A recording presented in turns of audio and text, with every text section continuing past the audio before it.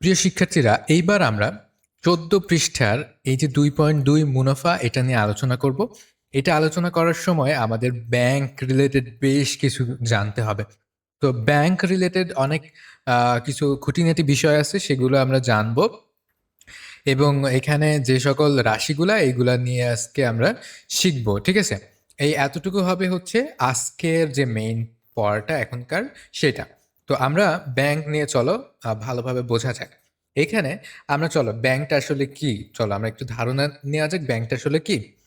সহজ কথায় ব্যাংক হচ্ছে টাকা রাখার একটা নিরাপদ ঘর, যেটা কিন্তু আমরা ছোটবেলা থেকে এটাই কিন্তু আমরা বুঝে আসছি যে শুধুমাত্র ব্যাংক কি একটা টাকা রাখার জন্য একটা নিরাপদ ঘর, তাই না?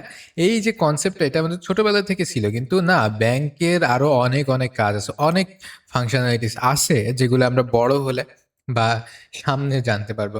এখন আমাদের যতটুকু দরকার আমরা ততটুকু নেবো, ঠিক আছে? আচ্ছা, আমাদের কাছে যখন প্রয়োজনের চেয়ে বেশি টাকা থাকে তখন আমরা কি করি, সেটা বাড়িতে না ফেলায় রেখে কোথায় রাখি? ব্যাংকে জমা রাখি। আবার কারো যখন ব্যবসা করার জন্য বা বাড়ি বানানোর জন্য অনেক টাকার প্রয়োজন হয়, তখন সে ব্যাংক থেকে টাকা ধার নেয়। তাহলে কি বুঝতে পারলে? এখানে আমরা ব্যাংকে টাকা জমাও রাখি, ঠিক আছে? যখন অতিরিক্ত টাকা টাকা থাকে তখন আমরা কি করি?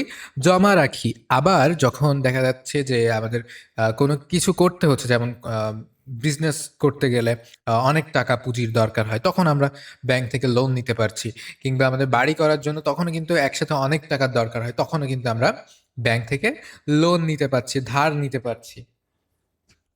তো এই হচ্ছে আমাদের ব্যাংকের প্রয়োজনীয়তা, ঠিক আছে? অর্থাৎ ব্যাংক হলো কি এমন একটা প্রতিষ্ঠান যাদের কাছে টাকা আছে এবং যাদের টাকা দরকার, এই দুইজনের ভেতরে একটা সেতু বন্ধন বা ব্রিজের মতো কাজ করে, ঠিক আছে? তো কেউ কেউ ব্যাংকে টাকা রাখে কিসের আশায়? যাতে ওইটা সেফ থাকে সেইটার আশায়, এবং যাতে ওইটা থেকে কিছু লাভ করা যায়, কিছু মুনাফা পাওয়া যায় সেইটার আশায়, তাই না? আর লোন বা ধারেরও কিন্তু দরকার আছে মানুষের, হ্যাঁ? তো এই যে লোন নেওয়ার সময়, বিজনেস করা হোক কিংবা বাড়ি গাড়ি কেনার টাইমে হোক, লোন নেওয়ার সময় তখন আমরা কি ব্যাংক থেকে লোন নিই, তাই না? তো এই যে যারা টাকা রাখবে এবং যারা কি টাকা লোন নিবে, তাদের দুই পক্ষের ভেতরে একটা কি করে দেওয়া, কানেকশন করিয়ে দেওয়া। এই যে কানেকশন করিয়ে দেওয়া, এই কানেক্টরসটাই হচ্ছে ব্যাংক। ওকে, তো প্রথম দিকটা যেটা হচ্ছে আমানতকারী, ঠিক আছে? চলো আমরা একটা ঘটনা দিয়ে আমরা দেখে নিই যে ব্যাংকটা আসলে কিভাবে কাজ করে, ঠিক আছে? আমানতকারী, প্রথম হচ্ছে আমানতকারী মানে কি? ডিপোজিটর, যারা ডিপোজিট করে, ঠিক আছে, বা আমানত করে, জমা রাখে, ঠিক আছে? ডিপোজিট করা মানে কি? জমা রাখা। আমানত, ডিপোজিট, ঠিক আছে? দেখো, ফরিদা বেগমের কাছে ১০,০০০ টাকা জমানো আছে, হ্যাঁ? তিনি নিরাপত্তার জন্য টাকাটা কোথায় রাখবেন? ব্যাংকে রাখবেন, হ্যাঁ? আচ্ছা, এই যে টাকাটা তিনি ব্যাংকে রাখলেন, এটাকেই কি বলা হয়? আমানত। তো ব্যাংকে মানুষ কেন টাকা রাখে? দেখা যাচ্ছে নিজের কাছে অনেক বাড়তি টাকা আছে, সেগুলা হয়তো নিরাপদ না তার বাসা বাড়িতে, ঠিক আছে? এই কারণে কি করা হয়? ব্যাংকে টাকা জমা রাখা হয়, যাতে একটু সেফ থাকে, নিরাপদ থাকে। এই আশায় মানুষ ব্যাংকে জমা রাখে। কিংবা লাভের আশায়ও অনেকে ব্যাংকে জমা রাখে, যে আমি টাকা ফেলাই রাখছি, এখানে তো আমার লোকসান হয়ে যাচ্ছে, বরং আমি এটাকে ব্যাংকে রাখি, তাহলে মাস গেলে কিংবা বছর গেলে আমি কিছু লাভ বা মুনাফা আমি পাবো, ঠিক আছে? আচ্ছা, আর ফরিদা বেগম হলেন কি? আমানতকারী, ঠিক আছে? মানে যে টাকাটা জমা রাখতেছে সে হচ্ছে আমানতকারী। বুঝতেছে ব্যাপারটা? যে টাকা জমা রাখতেছে সে কি? সে হচ্ছে আমানতকারী। ওকে, তারপরে দেখো, আহ, ব্যাংক ফরিদা বেগমকে কথা দেয় কি, আপনি আমার কাছে টাকা রেখেছেন, তাই বছর শেষে আমি আপনাকে আসলের সাথে কিছু টাকা অতিরিক্ত দেব। এই অতিরিক্ত টাকাটাই হচ্ছে মুনাফা বা লভ্যাংশ। তার মানে সে যে টাকাটা দিছে, হ্যাঁ, একটা মাস শেষে কিংবা বছর শেষে সে ওই টাকাটার সাথে আরো কিছু এক্সট্রা টাকা মুনাফা বা লাভ হিসেবে কিন্তু পাবে, ঠিক আছে? আচ্ছা, এবার দেখো, এইবার আমরা ঋণ নেওয়ার দিক থেকে চিন্তা করি, ঋণ গ্রহীতার দিক থেকে চিন্তা করি। আহ, এখানে কি হচ্ছে যে গত গল্পে কি রাজু বড় হয়ে একটা ফলের, আহ, আমরা সেই রাজুর কথা মনে আছে নিশ্চয়, তাই না? দেখি রাজুর কথা মনে আছে না? যে হচ্ছে কি ফলের ব্যবসা করছে, তাই তো? তা অনেক দিন পরে সে কি ব্যবসা করতে করতে, এরকম ছোটখাটো ব্যবসা করতে করতে সে এবার অনেক বড় লোক হয়ে গেছে। এবার সে ফলের জুসের একটা ফ্যাক্টরি দেবে, কিন্তু তার জন্য তো অনেক টাকা দরকার, তাই না? তো এই টাকাটা কি করবে সে, ব্যাংকের কাছে গিয়ে বলবে যে আমার কিছু টাকা ধার দেন। ব্যাংক কি করবে তখন, ওই যে ফরিদা বেগমের যে জমানো টাকা ওইটাই কি করবে, রাজুকে ধার দিবে। অর্থাৎ যারা টাকা ব্যাংকে জমা রাখছে, আমানতকারী যারা, সেই আমানতকারীদের টাকা ব্যাংক কি করবে, যারা ঋণ গ্রহীতা বা যারা টাকা নেবে, লোন করবে, তাদেরকে ওই টাকাটাই দিবে। ঠিক আছে, ব্যাংকের ভাষায় এই ধারকে কি বলে, লোন নেওয়া বা ঋণ নেওয়া বলা হয়। ঠিক আছে। আচ্ছা, ব্যাংক রাজুকে কেমন শর্ত দেবে, তোমাকে টাকা ধার দিলাম, কিন্তু বছর শেষে টাকা যখন ফেরত দেবে তখন আসলের সাথে আমাকে কিছু অতিরিক্ত টাকা মুনাফা দিতে হবে। তার মানে ব্যাংক কি বলতেছে যে তুমি তো আমার কাছ থেকে টাকা নিলে, হ্যাঁ, আমি তোমাকে টাকা দিলাম, ধার দিলাম। এখন এই টাকাটা তুমি 1 বছর পরে গিয়ে কি করবা, 1 বছর পরে গিয়ে এই টাকাটার সাথে এক্সট্রা তোমার আরো কিছু টাকা দিতে হবে। ঠিক আছে, এক্সট্রা কিছু টাকা দিতে হবে। ওকে, তো এই যে এক্সট্রা টাকা, এটা কে দিবে? এইটা দেবে হচ্ছে কে, ঋণ গ্রহীতারা বা রাজু। এই গল্পে কে দিবে, রাজু দেবে। এবার রাজু যে অতিরিক্ত টাকাটা দিবে, অতিরিক্ত টাকার কিছু অংশ ওই যে আমানতকারী ফরিদা, আহ, ফরিদা বেগম, সেই ফরিদা বেগমকে কিছু টাকা দিবে, এবং কিছু টাকা ব্যাংক নিজের জন্য রেখে দিবে। ঠিক আছে, চলো আমরা দেখি ব্যাংকের নিজের লাভটা এইভাবে হয়। দেখো, তাহলে ব্যাংক তো ফরিদা বেগমের মুনাফা দিচ্ছে, তাহলে ব্যাংকের নিজের কি লাভ? ব্যাংকের লাভ, দেখো খুবই মজার বিষয়টা। ব্যাংক রাজুর কাছ থেকে যে হারে মুনাফা আদায় করে, আমানতকারী ফরিদা তার থেকে একটু কম হারে মুনাফা দেয়। তার মানে যে টাকা লোন নিচ্ছে তার কাছ থেকে ব্যাংক কি বেশি পরিমাণে ইন্টারেস্ট বা টাকা নিবে। ঠিক আছে, মানে তার যে আসল টাকাটা আছে তার থেকে এক্সট্রা অনেক টাকা ব্যাংক নিবে। ঠিক আছে, কিন্তু যখন ওই ফরিদা বেগম বা আমানতকারী, যে আমানতকারীকে যখন দিবে তখন তার থেকে অনেক বা মোটামুটি ভাবে কম মূল্যে তাকে দিবে। ঠিক আছে। আচ্ছা, তো দেখো, রাজুকে 10,000 টাকা ধার দিয়ে ব্যাংক হয়তো বছর শেষে মুনাফা নেবে কত, 1,000 টাকা। রাজুকে 10,000 টাকা ধার দেবে, আর মুনাফা নেবে কত, 1,000 টাকা। তাহলে রাজুর টোটাল যে হিসাবটা হয় সেটা কত হচ্ছে, 11,000 টাকা, তাই না?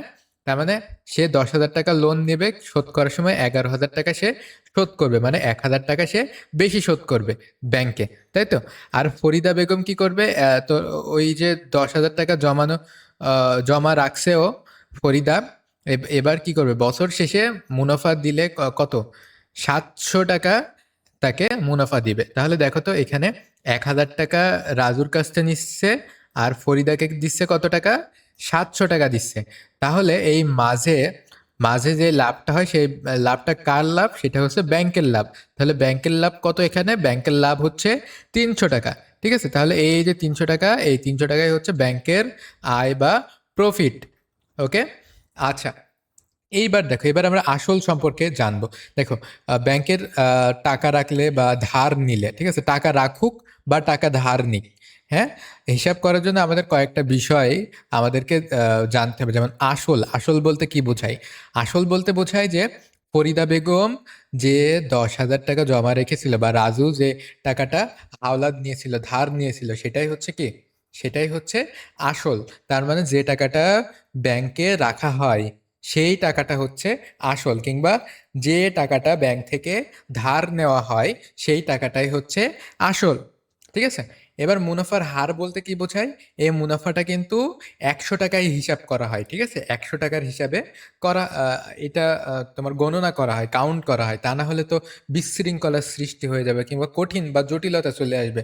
এজন্য এটাকে সহজ করার জন্য 100 টাকায় হিসাব করা হয়।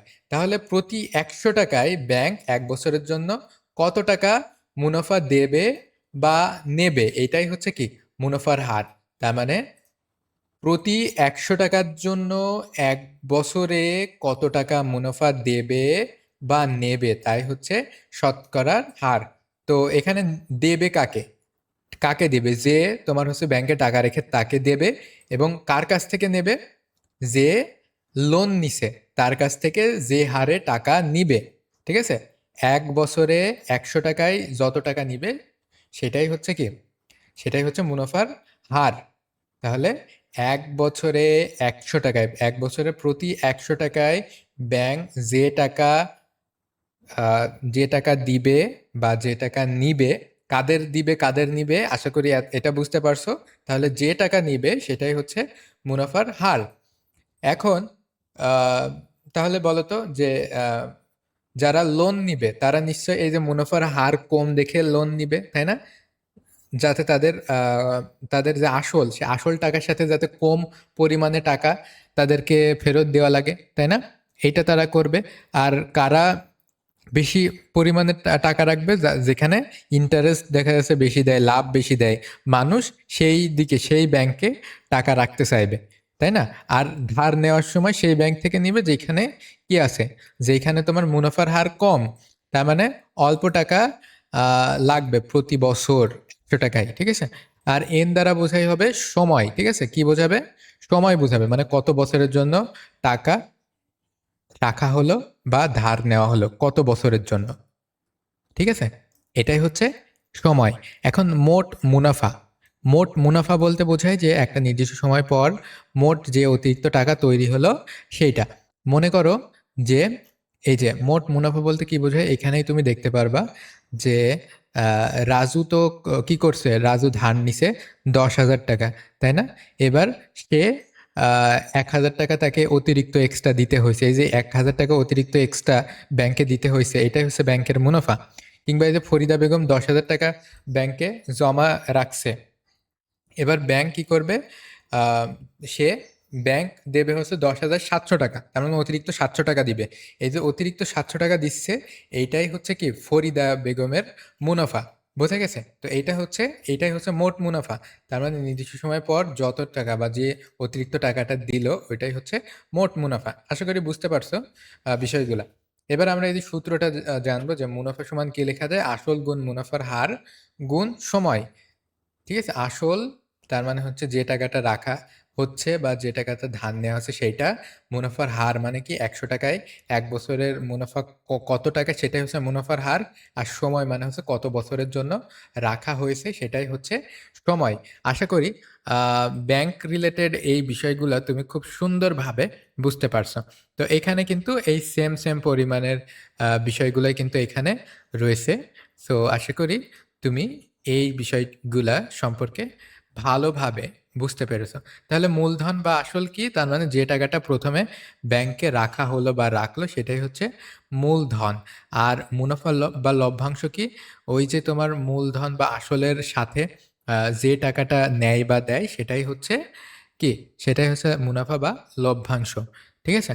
তো ব্যাংকের মাধ্যমে মানুষ যেমন টাকা জমাও রাখে, মানুষ কি ব্যাংক থেকে লোন করে টাকাও সেখান থেকে নেয়। তো এই যে দুইটা কেস কিন্তু আমরা দেখলাম, এই দুইটা কেসে কিন্তু আমরা দেখলাম যে টাকা জমা রাখার যে বিষয়টা এবং তোমার হচ্ছে টাকা তোমার ধার নেওয়ার যে বিষয়টা, এই দুইটা বিষয়ে আমরা দেখলাম যার মাধ্যমে ব্যাংকটা মোটামুটিভাবে চলে।